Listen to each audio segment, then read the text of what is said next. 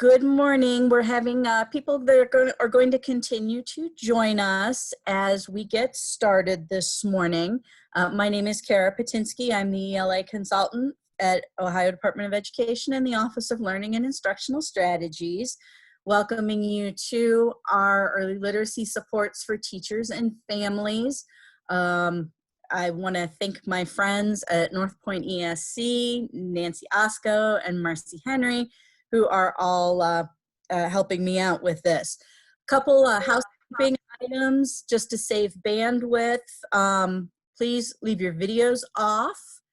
Also, please mute your microphones.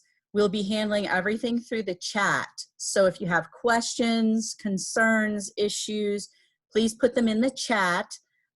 Andrea Smith is going to be monitoring our chat as we go on.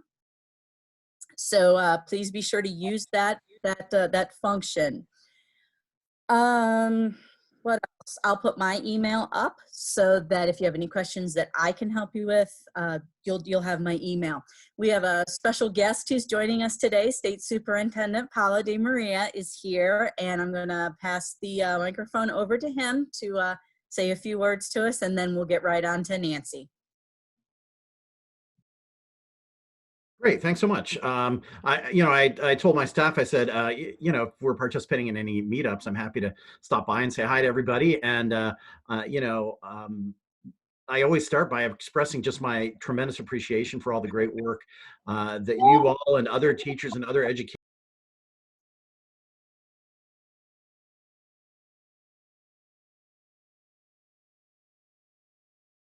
Paolo, you're on mute. Sure. Yeah, sorry. I should start over, yes? I've asked staff to include me in some of these meetups so I can just touch base with folks and express my sincerest appreciation for all the great things that are happening out there. I think I've been just absolutely bowled over by the commitment and dedication and caring that everybody is showing, and all the creative activities, and students are doing wonderful things, teachers are doing wonderful things, support staff are doing wonderful things, and it's really been very heartening to see the education community pull together in order to get us through this very challenging period.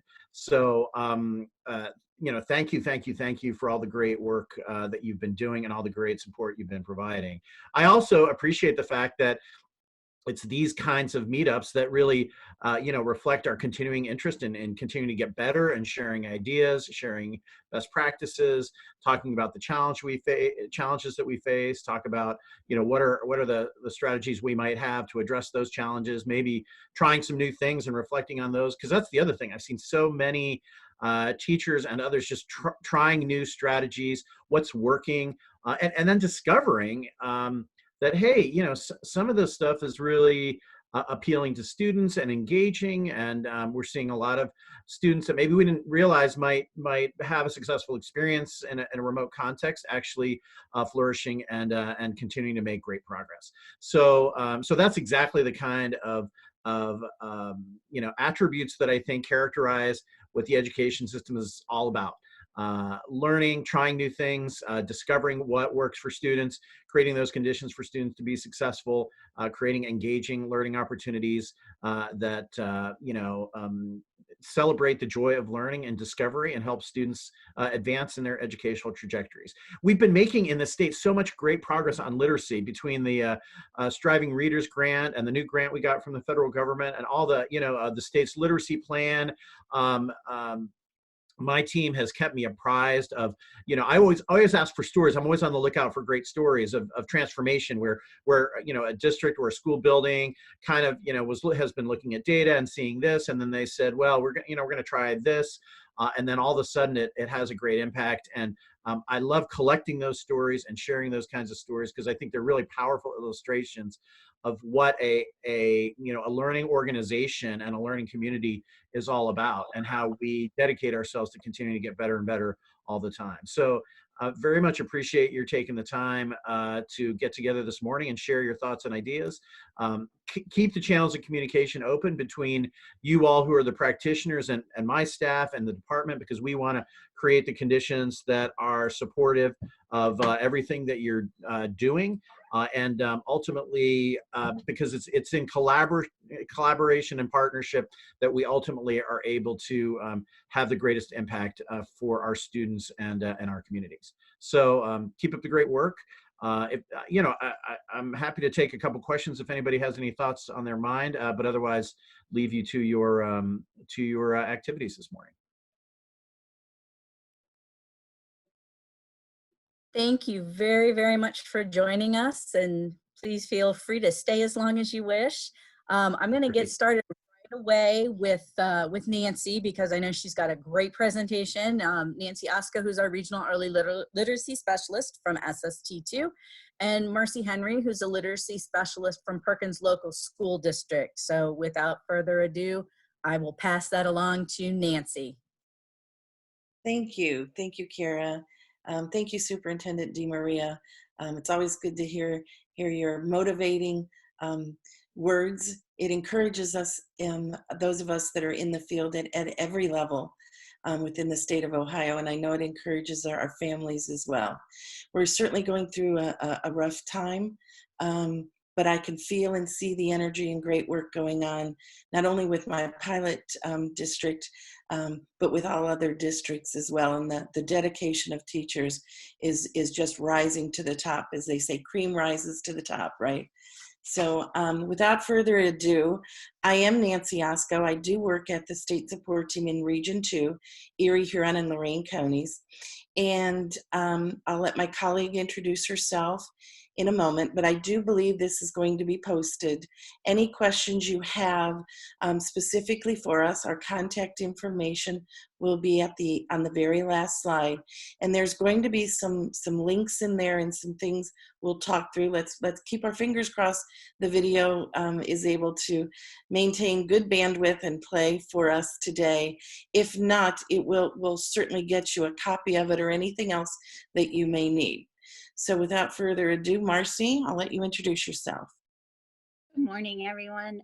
I am Marcy Henry, and Perkins is in the 4th year of the project, and Nancy has been the state support person and my coach this year. This is my first year as the literacy specialist in the district. I was a teacher for 20 years in the district before becoming this year the literacy coach. So I'm glad everyone is here. Great. All right. Let's strap in and start the show.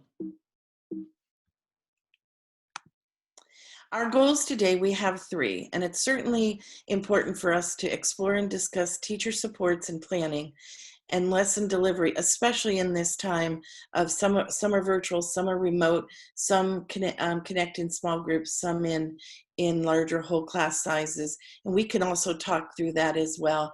But certainly those early literacy skills. And because we only have less than an hour, we're really going to focus on phonological awareness and some activities you could do, because there's absolutely no preparation for you or your families. It's all based on oral language and conversation. We'll also look at a wonderful website that was designed in Ohio for the Ohio, but with the Ohio Coalition for Children with Disabilities, as well as the Office for Exceptional Children and Families in Ohio, designed this website, and you'll be quite impressed by the easeability of it. And last, we're going to connect to, or we'll actually start off with connecting to the science of reading for early literacy. So for some of you, this might be a repeat, but we can't get the message across enough that how we as educators are going to shift our thoughts and thinking to the science of reading. And so starting out with the connections, so we have a educational cascade system in Ohio, and our Department of Education has created a strategic plan, Each Child of Our Future. More so importantly now in this moment of crisis, do we need to take a look at certainly the whole child and the social emotional aspects of what does the teaching learning cycle look like when we're not face to face with them in a building, and what will happen in the fall. So some things to focus on is first the core principles of equity, partnership, and quality. And that wraps around the child as a whole, as you can see what my cursor is doing. And then the 4 learning domains. Literacy is called out in 2 different places here. Foundational knowledge and skills of literacy, among other core content areas.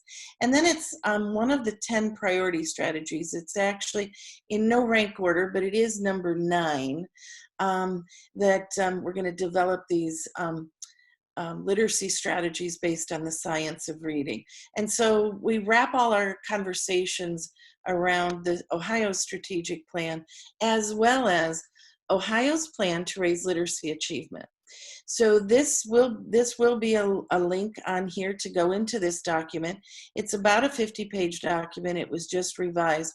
But what I want you to know about this document is educators, those of us on the literacy team, our Ohio literacy leads, and the department worked to build a framework that has conceptual models that ground all the work, all the professional development, all of the conversations that we are having.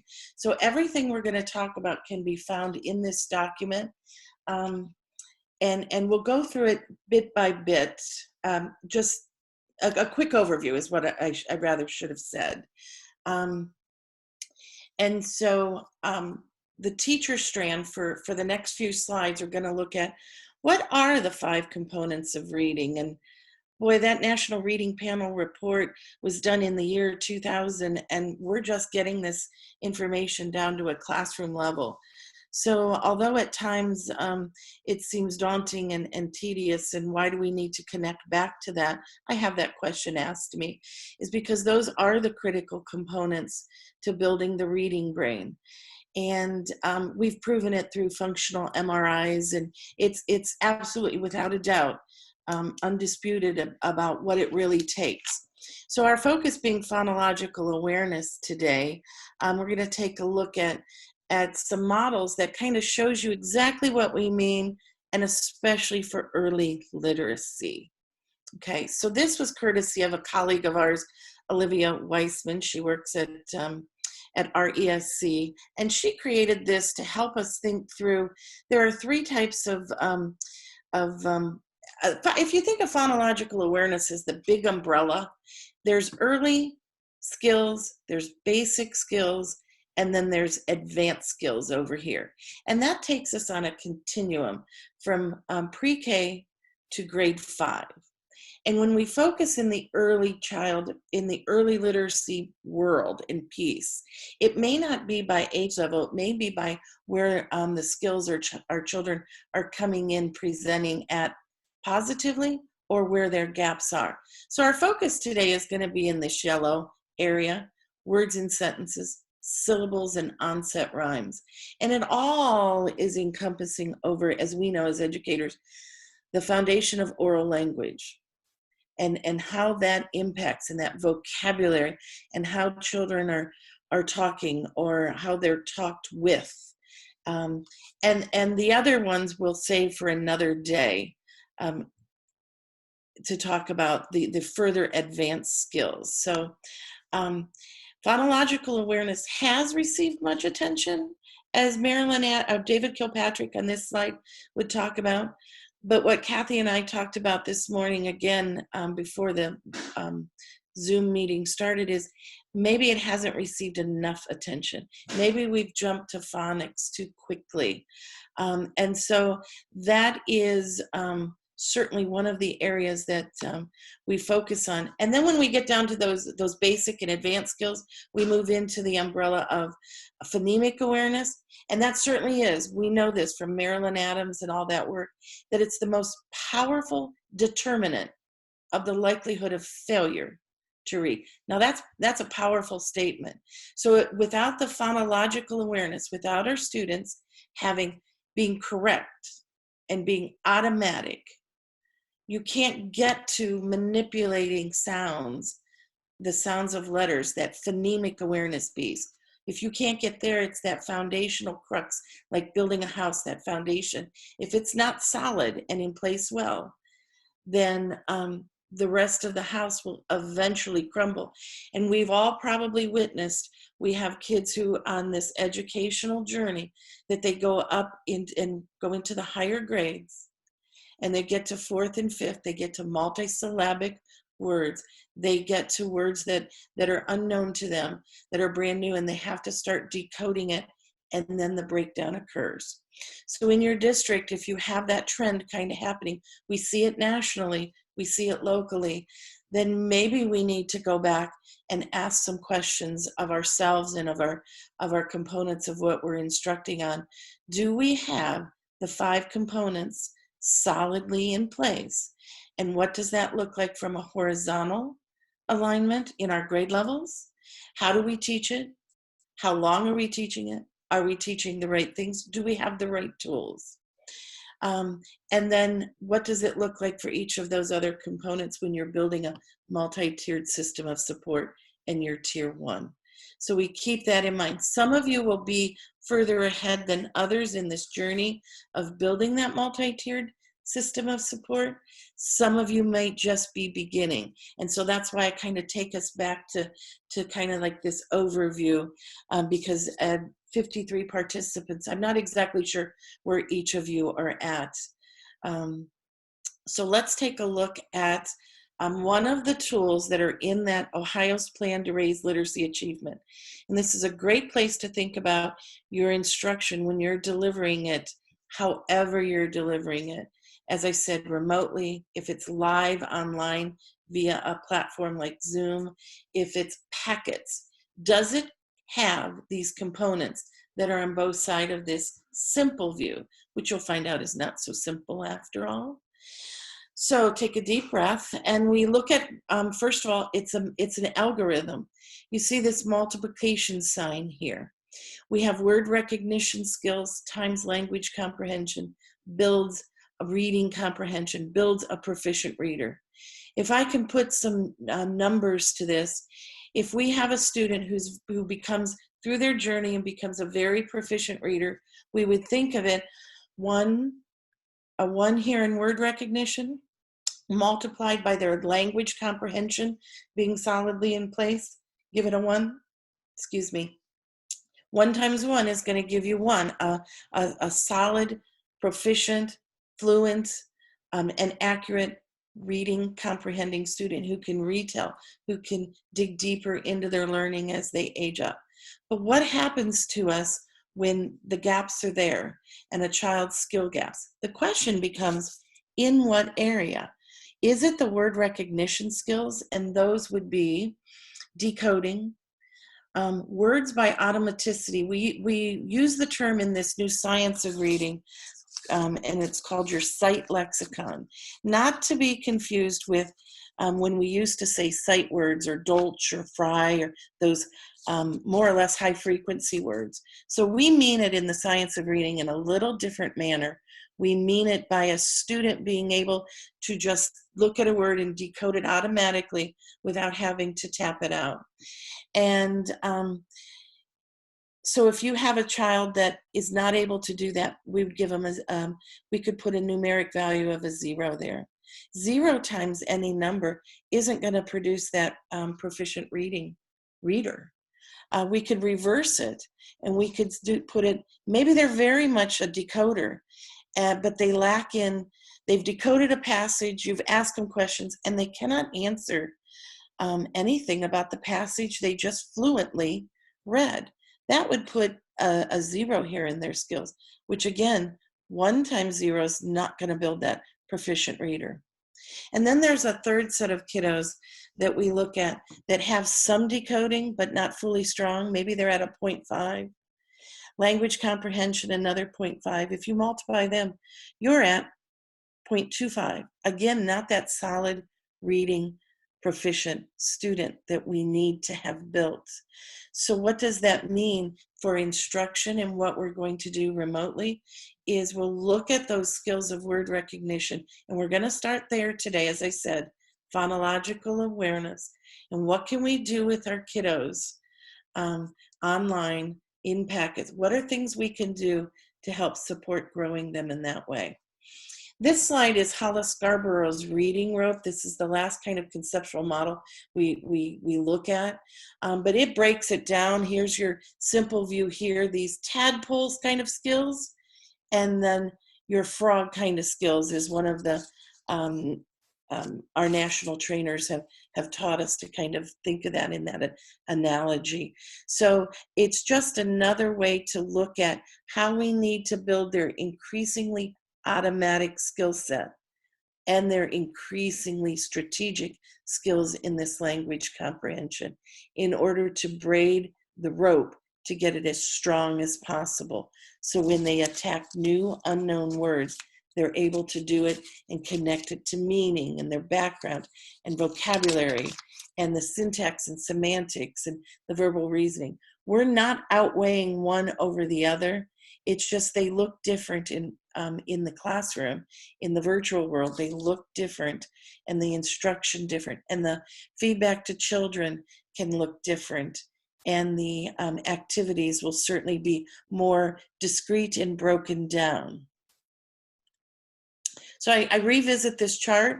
Here's our focus today, and we're specifically going to do some manipulations on syllables and with onset and rhyme. Is there any questions that we have so far?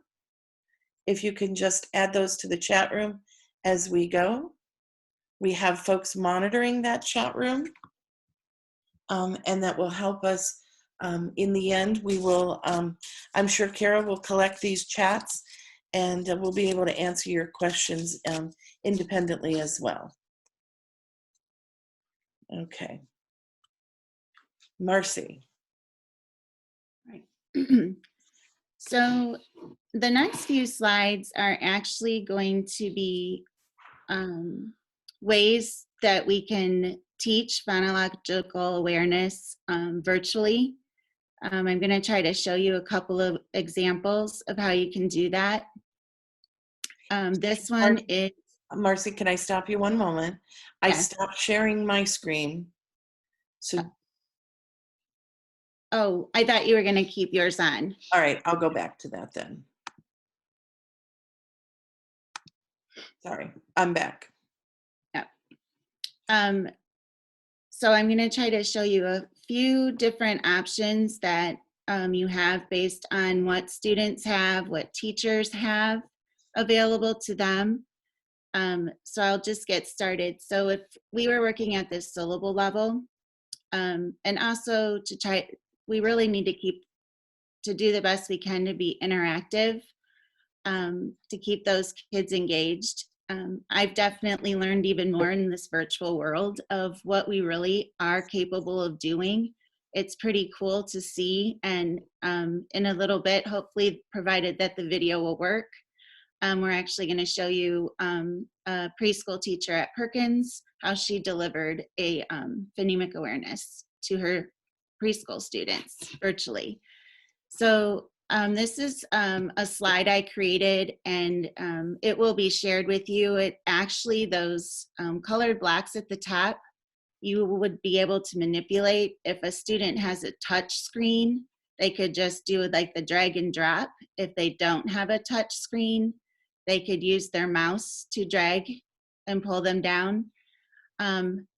Nance, if you just, like if I say the word, if the word was sunset, the kiddo could pull down one of the blocks into a square, and the child would say sun, and then pull another square down and say set.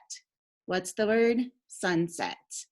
Hand motions could also just be used. So again, if the word was sunset, I would say sunset, sunset. They could repeat it, or you could pause and just wait for them to say it as well. Maybe they're using coins to do it if you didn't even want to use this board. Maybe it's coins, maybe it's Legos, any objects at home they could use. If they're outside and they have chalk, they could jump in each square. You could really, the sky's the limit.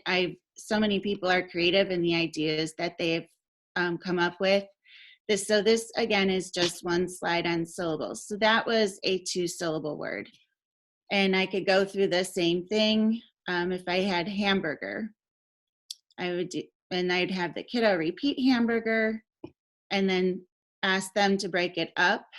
And if they could drag down those squares, it would be ham, burger. So that was the syllable slide. Nance, go ahead and go to the next one. This is the onset rhyme. So I just created pink for the onset and green for the rhyme. Similar to the syllables, I would say a word, possibly cat. And again, drag and drop, or use the mouse to pull them down and drop in. So if the word was cat, I would do k, and then at. The word is cat. I could also say maybe I want the kiddos to, depending on where they are, we could also have them take away the first sound you hear in cat, and getting them to see just without any print in front of them. It helps us identify if they can identify that first sound in the word as well. So they could actually pull it out and pull it back up from the beginning. Another word would be block. And then ak. Nancy, by the way, is just using the cursor to show, but actually we would truly be dragging and dropping into those boxes as well. And like shape, so the sh, and then ape. And I'm sure you can see all the different actually activities you can make. You could build your own, by all means, any board type of thing. They could just draw the boxes on a piece of paper. Again, we know that not every family has all the materials to do online per se.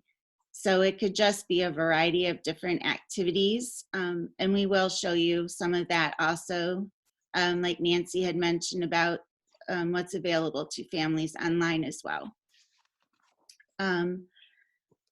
So that was the syllable and onset rhyme. Now, hopefully this is the next thing we hope is going to work. And this would be Brittany Salee. She's a preschool teacher at Perkins, and she gave us permission to share. She just did this with her students last week.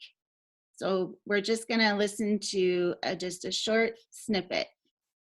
So, and I'll add to this as the in the setup as well, that she is recording this, and it's not a live video, but she does connect with her students, and each week they all connect live with their students. She's going to use the Haggerty Phonological Awareness curricular tool to go through each of the lessons. Each of the skills, excuse me. And we were not sure of the participants today which tools you may have or to teach phonological awareness.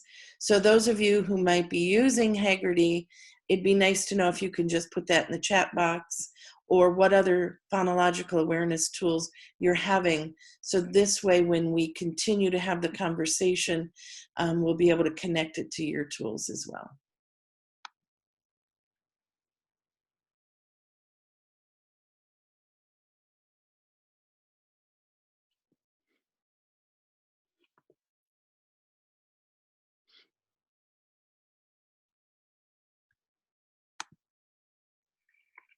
Hi everyone, I'm back for Haggerty. So it's week 21 and we're on Wednesday. Today we're gonna sing the alphabet. Ready? A, B, C, D, E, F, G, H, J, K, L, M, N, O, P, Q, R, S, T, U, V, W, X, Y, and Z. Now I know my ABCs. Next time, won't you sing with me? Good job, preschool. Okay.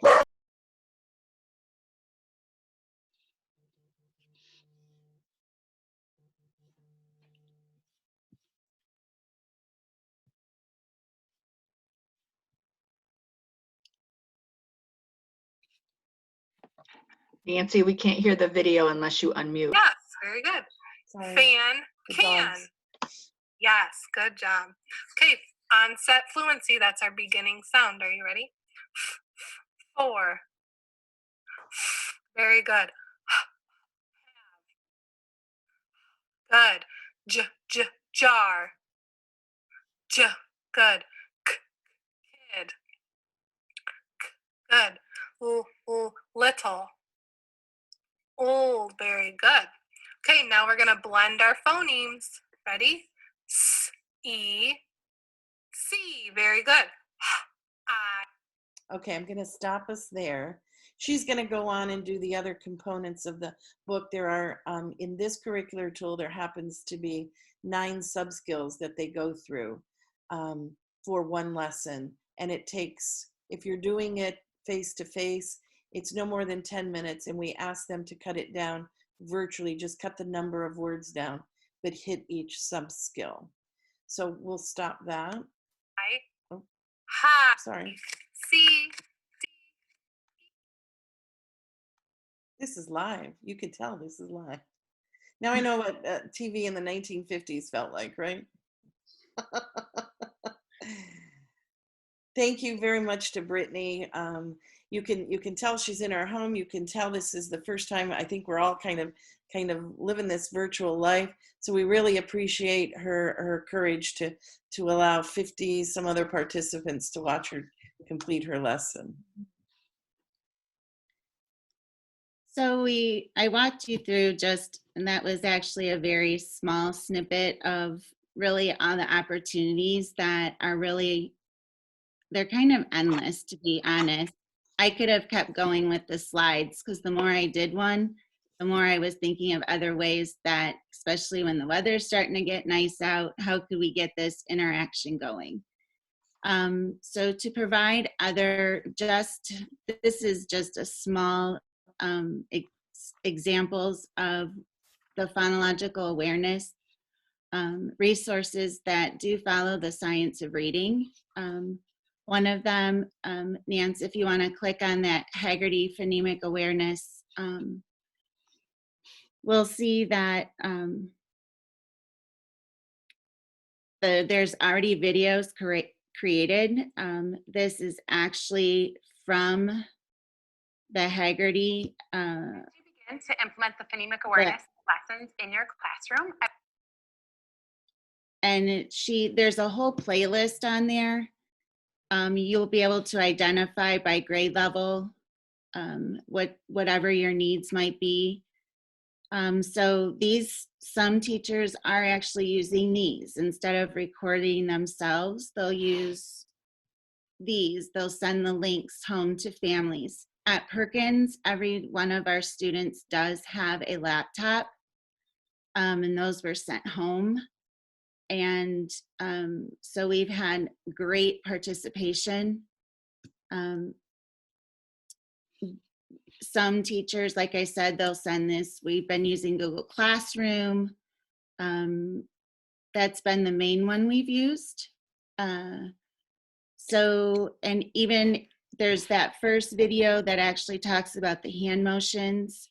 The other thing I do want to stress, though, is that I will end up showing you the framework that we created. We wanted to make sure that we weren't adding anything new, nothing that wasn't really familiar to students, because that was actually going to just create more confusion. So again, depending on what school districts are using, that's going to play a part in what tools the online resources that we use as well. Marcy, can I, a couple of the questions that came in, was she live with students during that video, or was that a pre-recorded video that she was posting? And was she posting that on Google Classroom? That was a recording that she had. Great question. This is one of those things when we say it's an opportunity. So she could be live for those students who were able to be there at that particular time and record it at the same time, then send it. We actually, one building that at Perkins, they are using Blooms. It's another social media. It's another way to communicate. So she would, and all the families are on that, and she could directly put it in there so that for any child or family who wasn't able to go live at that time, they at least have the recording. But I do know other links, other teachers have been placing that on Google Classroom as well. And there's another platform called Seesaw that they've been using. You'll have to land on a place for your own school district. Some use Zoom, some districts that I service use Zoom, as we're doing now. So you can get that immediate feedback of kids, and you can see them in live. But we also have another school district in our region who is only able to send homework via mail, literally the mail. And so that's paper, pencil. Well, where does phonological awareness fit in? And how are they going to hear that? So that's why we recommend looking at some of these videos and sharing them with families that that they can walk through and actually do it together. If they had an iPhone or an Android or something where they can draw from there, maybe they don't have the laptop device. If not, what are we going to do? And that's really the question about all this is, what are we going to do, especially if we're thinking in the fall that things might need to look a little different? And so take it to your leaders and ask those questions of how are we going to, we know the critical important nature of phonological awareness. We know that it is not written material. It is just orally. It's manipulation of sound. It's actually activating your phonological processor within your brain. And we need to build those skills that children become, as I keep saying, correct and automatic. And the only way to do that is manipulating the sounds with what is called appropriate place and manner of articulation. So speech and language pathologists know that verbiage. Are they making the sounds accurate? They may be manipulating, but if they're not making s for S and T for T, then it's going to show up later down the road in gaps in their skills. So that's why doing it so they can see your face, they can see where your tongue is going, your breath of air, where that's all coming out. That is all part of understanding phonological awareness. And if we lived in the utopia world, we'd be able to do it live with our children, because we also want to give them feedback about where their tongue and manner and place of articulation occurs. Marcy? Oh, yeah, you can click out of the Haggerty and we'll go to one of the other. Okay.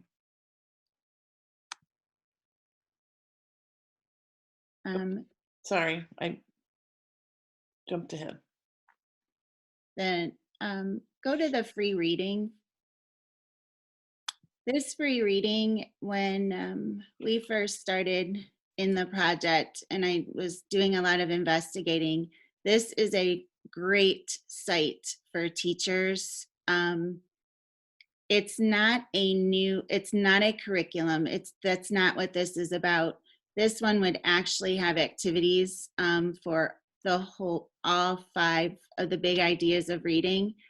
This that I have pulled up is the actual, there's a whole section right there on phonological awareness. And if you see those tabs at the top, it has core activities, the educator contributed activities, it explains the activities, and it gives teaching tips, and then it'll have more resources as well. So there's some activities right there. But if you notice on this page, you'll even see it in the 3rd column under build accuracy. And you can see it says onset rhyme blending. So it'll pinpoint for you wherever your students are, what they may need. This virtual world, I think, has also given us the opportunity for teachers when they've always wanted this extra time to spend with kiddos. This is a time, they can work. Maybe they're doing that Haggerty lesson in a small group or even a whole group. Well, now they can hone in on some skills one-on-one with a kiddo. So when I say there is some opportunity in this virtual world, I think this is kind of lending that itself to maybe getting some more of that small group interaction with kiddos. So this is freereading.net, and it is like it says, it is all free, and it has tons of activities and resources. And these were vetted. They are aligned to the science of reading. And this website was vetted. We looked at the activities. We looked at our conceptual framework.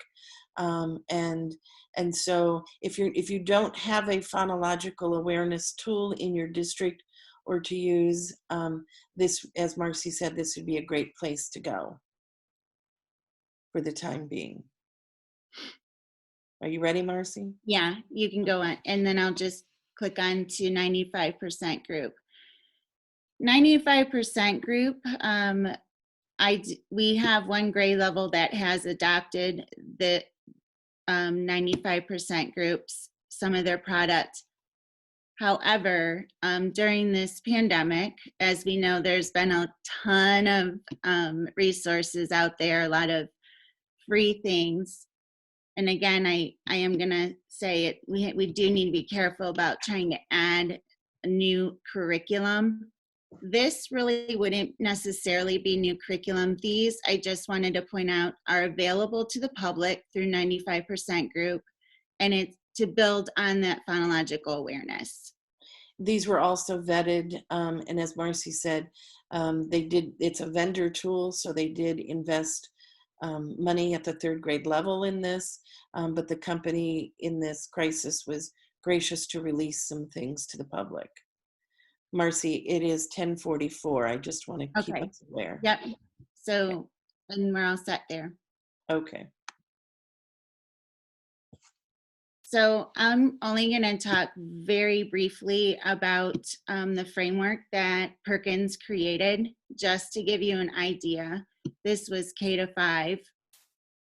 I actually included the entire framework just so you could see like the whole picture and how we did incorporate the 5 big ideas of reading. The only one I'm going to really talk about and speak real quickly about is we embedded the phonemic awareness. And you can see in the 2nd column under expected instruction, we are using Haggerty pre-K to 3. Each grade level decided what week were they going to start review. We taught them about, and we met with the teachers, only using about 3 to 4 words in each sub-skill. So we don't have to have this. We didn't expect it to look exactly like it did in a classroom.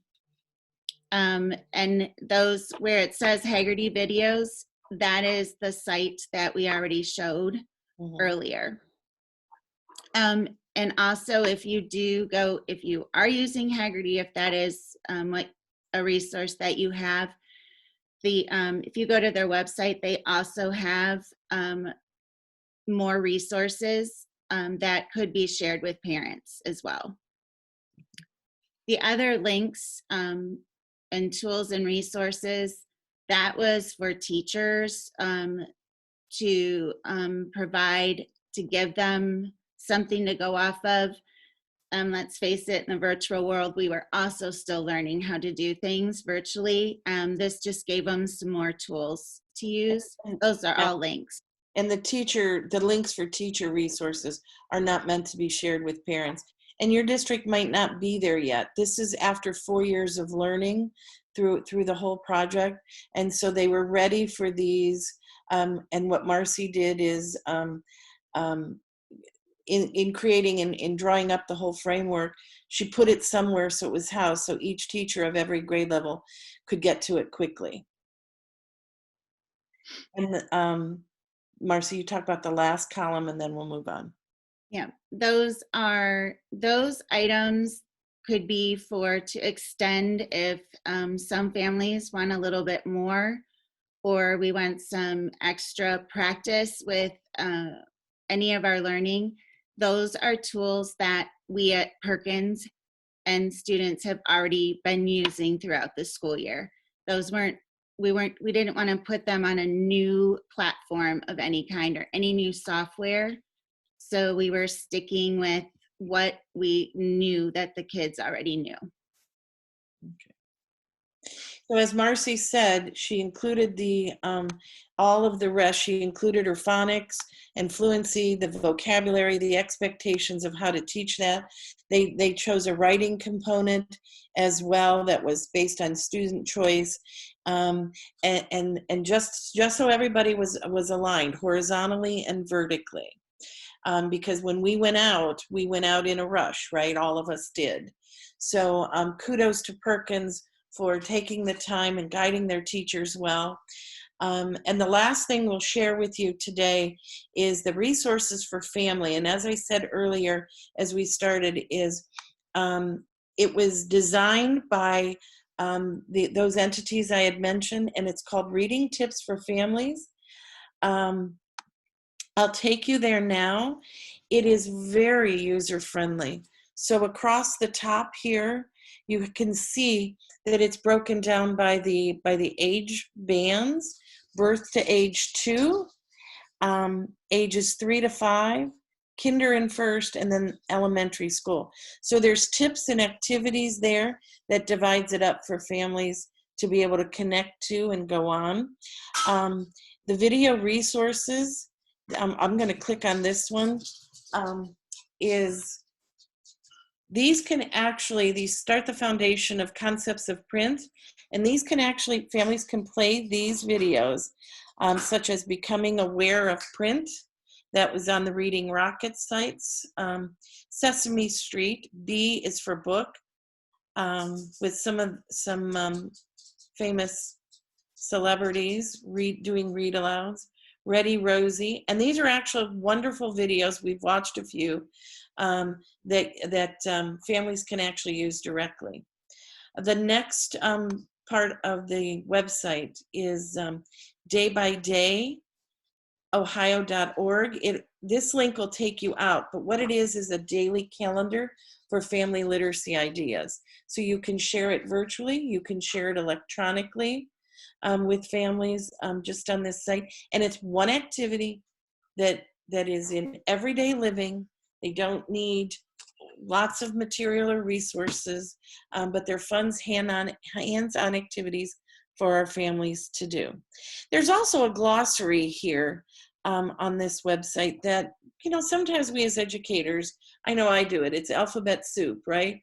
I'll say, we have our own lingo together. So this helps families begin to understand kind of that educator lingo. And then there's a tips for family sheet that can actually go home. And it's also a place where families can start adding some conversation here regarding what they've done with their kiddos. So one I like to read down here, and as a grandparent reading to my grandchildren, I make sure the TV's off. They sit next to me, and sometimes we turn off the lights, and we use a flashlight. They love it. That actually was by Earl at the Department of Education, and he is a grandfather, and he does do those things. But it's really a nice, gentle way to give some framework and guidance to our families who might not know that shutting off the TV is a really good practice when you're trying to read. And the last thing I'll say about this is on the right-hand side of the tips for families is some links to a website called, I've got to pronounce this accurately, it's Polarine, Colorado. It actually supports our English language learner students, and there are many translated documents for different L1, different native languages on there to support diverse learners who have a culturally different background or bring to us a first language that's other than English.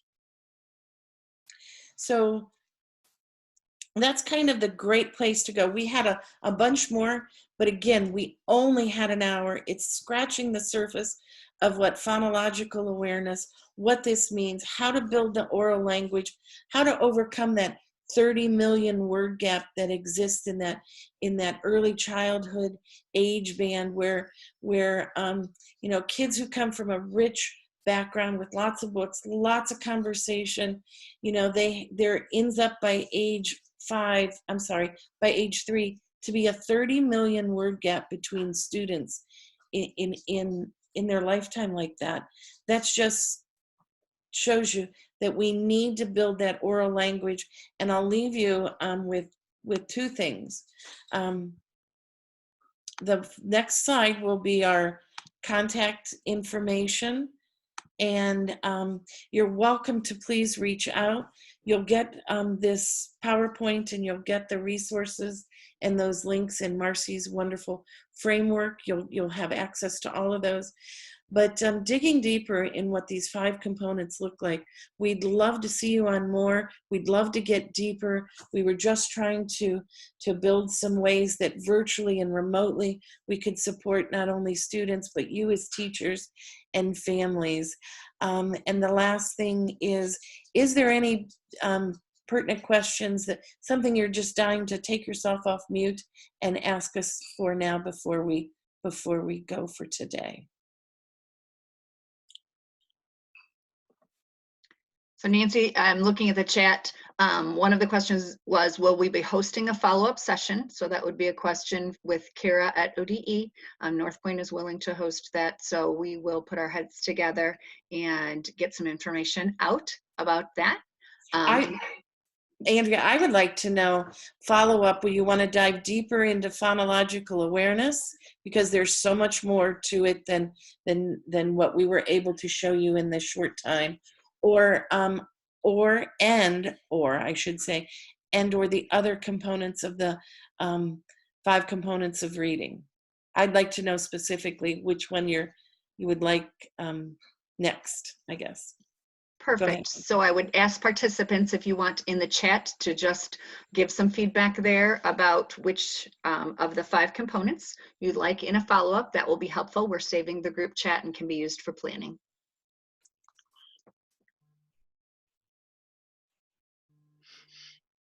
I'm kind of looking over it too.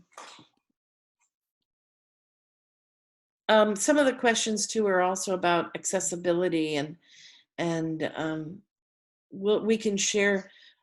I can share next time what some other districts are doing for accessibility as well. A couple of housekeeping things. This is Kara from ODE. We will be offering certificates. So please, I put my email in the chat. Drop me an email if you need me to send something to you.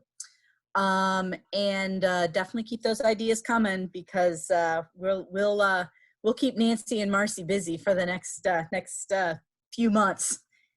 just talking about this amazing stuff. Nancy, there was one that just came up, a question about nursery rhymes. Are they good to use, and how many other people are typically using those? Nursery rhymes are excellent to use. It hits those skills that our young, our little babies need, right? The rhyming, the alliteration that's found with them. And even in some curricular tools, they embed nursery rhymes. It's something that's moved away, moved out of some curricular tools. But the Haggerty we spoke about that Perkins uses, here's one of the books, if you can see my camera. This happens to be the primary curricular book, but nursery rhymes are in there, and they do manipulate the sounds from nursery rhymes. Excellent question. We hope that you have fun with phonological awareness. Play with words. Get kids talking. Get kids singing. Manipulate those sounds. Put those hand movements to it. Embrace the word study at this level of what it looks like, because not only will it benefit in their educational journey, but it's fun. Kids love it. I've been in many classrooms that I videotape some other lessons of kids, and they're so excited. And even in the preschool next door to Brittany, are we going to do Haggerty? Haggerty, when are we going to do that? Is because they're so richly, actively engaged. So we thank you all for being present today. Marcy, would you like to? No, thank you. I'm glad everyone was here, and please reach out. I'm happy to share resources, and I love to get resources too. So yep, reach out. Thank you. Thanks, you guys. Have a wonderful day. Stay safe, stay well, and thank you all for doing what you're doing for the kids in Ohio. Thank you, everyone.